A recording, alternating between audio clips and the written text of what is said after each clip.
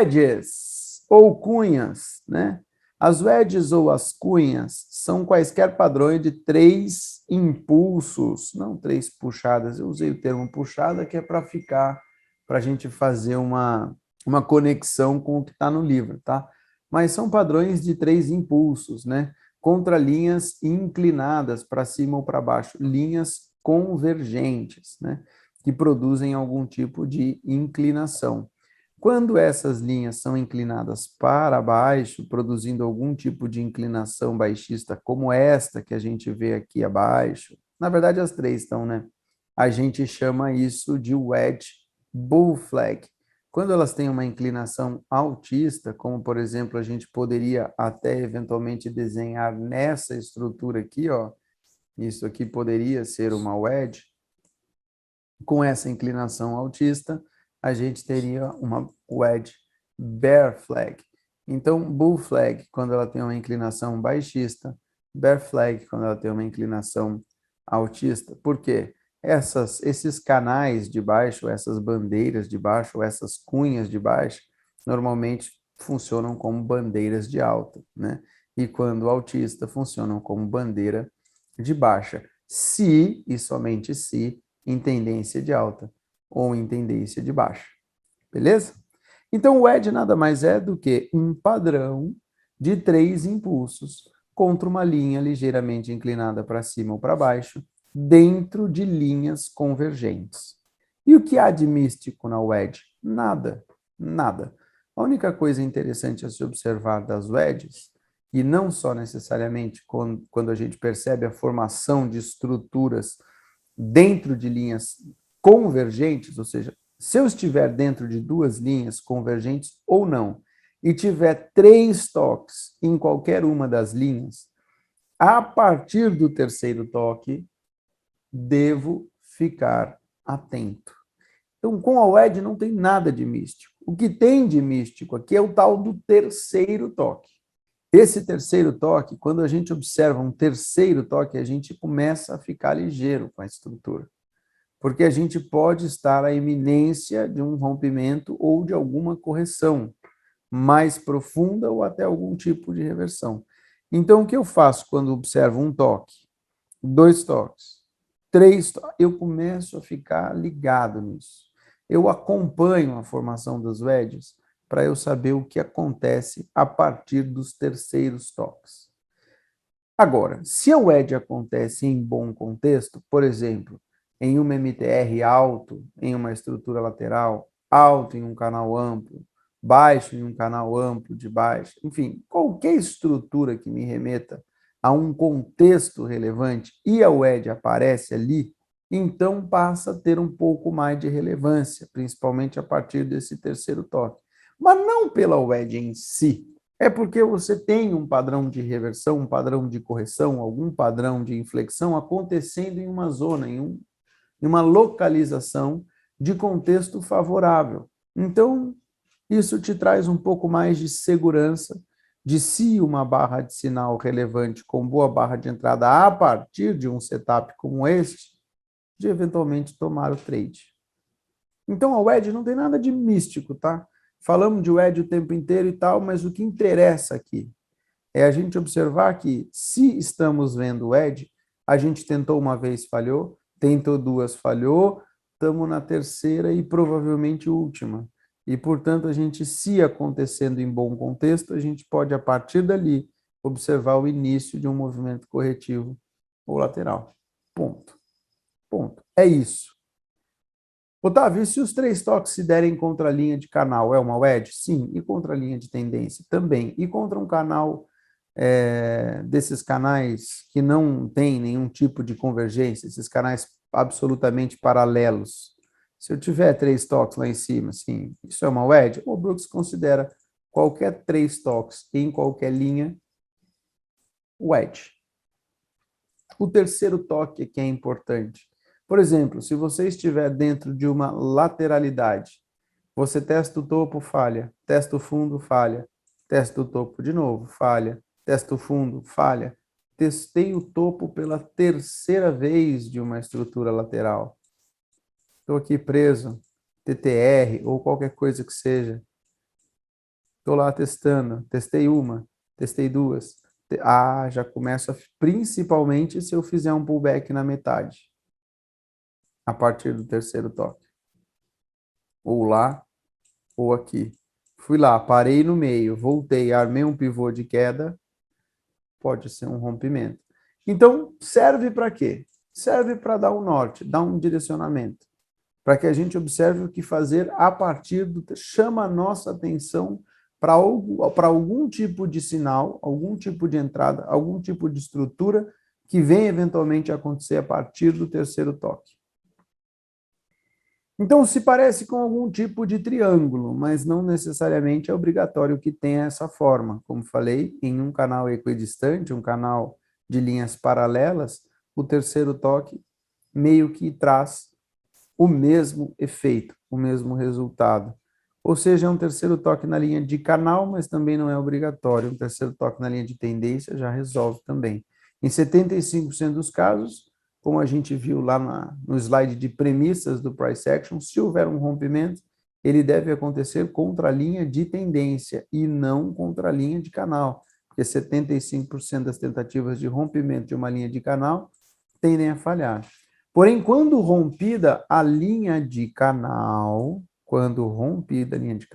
ou seja, em 25% das vezes, porque em 75% das vezes deve falhar de 3 a 5 barras, mas quando houver o rompimento da linha de canal, e esse rompimento for bem sucedido com boa continuidade, e isso só vai acontecer em 25% das vezes, geralmente ele busca um alvo que é medido, calculado em função do movimento projetado, e esse movimento projetado, ele leva em consideração o tamanho da cunha, o tamanho da wedge, ou a boca do triângulo. Não sejam rígidos em traçar linhas, o importante é entender o que está acontecendo, portanto, a gente observa se há contração ou expansão de volatilidade, ou se há algum tipo de comportamento lateral entre canais equidistantes, ou se é o canal amplo de alta ou de baixa. A linha de canal, tendo 2 toques passados, você quer ver o que acontece a partir do terceiro. Então, não é porque chegou no terceiro toque, você vai entrar na frente do preço. O que você vai fazer é, a partir do terceiro toque, eu quero ver o que vai acontecer. Certo? Observem nested wedges. O que são nested wedges? São wedges pequenas dentro de wedges maiores. Então, você tem algum movimento em que você consegue, de forma não tão rígida, ao traçar as linhas, determinar 3 toques em uma linha de canal ou linha de tendência. E aí você observa e vê que dentro desta estrutura, formou-se uma estrutura, ou melhor, essa estrutura está contida dentro de uma estrutura maior. E que, considerando a estrutura maior, você também percebe 3 toques. Então, se você tem uma estrutura maior já com 3 toques, uma menor já com 3 toques, a probabilidade de alguma correção próxima é maior. Quais são os objetivos a partir desse terceiro toque? Uma correção em forma de 10 bars to legs que leve ao início do canal ou um reteste da linha de tendência na grande maioria das vezes.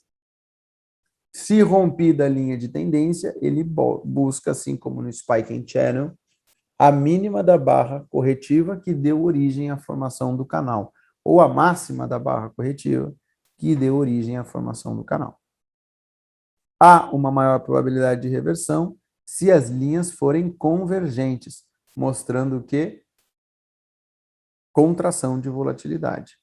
Quanto mais horizontal o triângulo, mais próximo de 50% de chance de que o rompimento aconteça para qualquer dos lados. Por que isso? Porque se não há essa convergência e a gente tem força dos dois lados, a gente tem equilíbrio. Equilíbrio é sinal de lateralidade. E se essa se perdurar por mais de 20 barras, não tem edge, não tem vantagem para nenhum dos lados, como a gente viu ontem. Quanto mais próximo de 45 graus, maiores as chances de reversão. Quanto mais próximo de 90 graus implica em deslocamento acelerado e vertical de preço, e deslocamento acelerado e vertical de preço é tendência, e tendência é clímax. E, portanto, se clímax, talvez TBTL. Então, se ela tiver uma inclinação próxima a 45 graus, provavelmente deve haver uma reversão. Se 90 graus, provavelmente muito climático. E ao ser muito climático, a correção tende a ser lateral até que a força se dissipe. Nesses casos é comum você ver overshoots, e aí você vê uma lateralidade, forma uma wedgezinha de topo na lateralidade nested, e aí sim você consegue algum tipo de reversão se for o caso, senão ela rompe e continua. Porque 90 graus é muito forte, é muito inclinado, é muito climático. Então, mais vezes do que não, você vai ver alguma coisa meio lateral. E depois de 10 barras é que a gente vê o que acontece, o que padrão se forma. Mas é isso sobre o edges. Nada assim tão relevante. O importante, o legal disso é quando acontece em bom contexto. Por exemplo, nós estamos alto, nós estamos em lateralidade, ou nós estamos em canal amplo, a gente quer vender uma nova máxima, porque a gente tem estrutura, tem contexto, tem localização para isso. A gente está esperando um setup, a gente está esperando um padrão de reversão acontecendo. A gente vê uma wedge bear flag acontecendo alto, levando o preço para o topo de uma estrutura lateral, onde provavelmente a gente vai ver, ou a gente vai encontrar a presença predominante de vendedores. É legal, mas aí não é legal porque é a wedge, entendeu? É legal porque lá é um lugar próprio para isso, para vender mesmo, sabe? A wedge ajuda, mas ela não resolve. Ela em contexto horrível vai te armadilhar ou não vai servir para nada. Mas, a partir do terceiro toque, é importante a gente observar o que vai acontecer. Beleza? Nada demais, né? Assim como um topo duplo, um fundo duplo. O legal é esse terceiro toque. O Walbrooks descobriu, eu acho isso muito legal, o Walbrooks descobriu que 3 toques é um número interessante.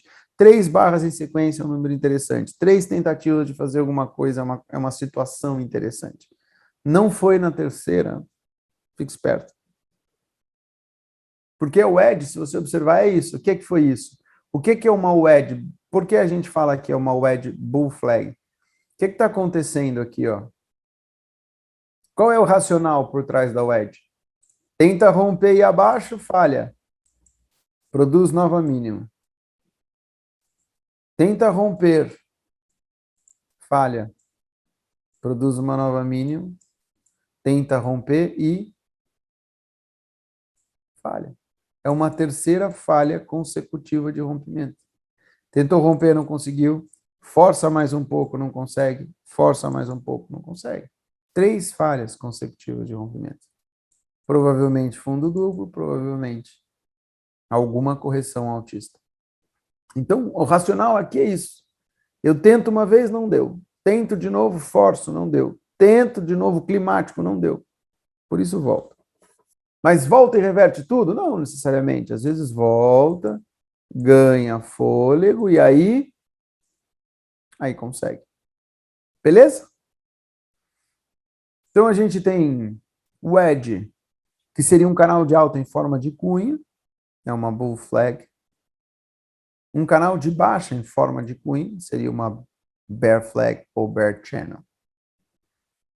Qual a diferença de bandeira e canal? As bandeiras, elas tendem a ter continuidade, mas às vezes elas são final flags e o movimento reverte a partir delas. Bandeira normalmente é uma pausinha, sabe?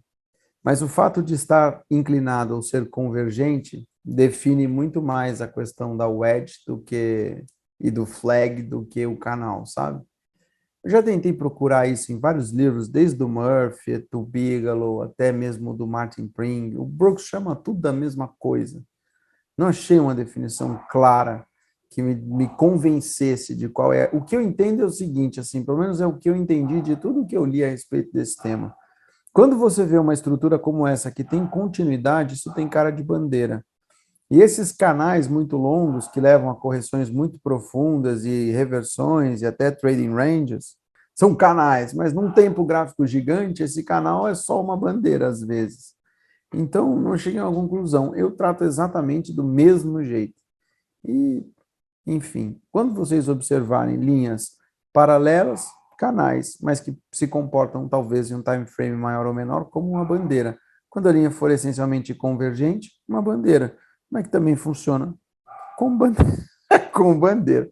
Enfim, não faz a menor diferença, na minha opinião, esses nomes. E como o Brooks disse no livro Tendências, operando o mercado, a gente não ganha dinheiro por dar nomes estranhos a coisas estranhas. Nosso objetivo não é rotular coisas, é entender conceitos e operar o preço. Então, o nome, foda-se. T-Stocks, em qualquer linha, é uma wedge. Se for convergente, flag. Se for paralelo, canal. E é isso. Se tiver inclinado, aumenta a chance, como a gente viu, 45 graus de alguma reversão ou correção bem profunda, 90 graus é climático, provavelmente um TBTL. Não pira no nome. Uma bandeira é uma pausinha, certo? Você sabe que foi uma bandeira final justamente nesse tempo verbal, tipo foi, né? Uma bandeira final. Porque é uma pausa. Se a partir dela você observa qualquer tipo de correção mais profunda ou até mesmo de reversão e inflexão no movimento do preço. Então, por exemplo, se você observar aqui, ó, você está observando, por exemplo, esta bandeirinha aqui, ó. Poderia ser final se a partir daqui tivesse algum tipo de correção. Mas não, ele continuou, tá vendo? Aí ele faz outra bandeira, e ele continua, aí ele faz um canal, aí ele rompe, entendeu? E aí agora ele lateraliza. E de repente aqui ele deixa um doji. Doji é uma pausa normalmente é uma espécie de bandeira num time frame menor, né? E aí a partir dali você vê uma espécie de TBTL ou correção bem profunda. Então ela foi uma final flag.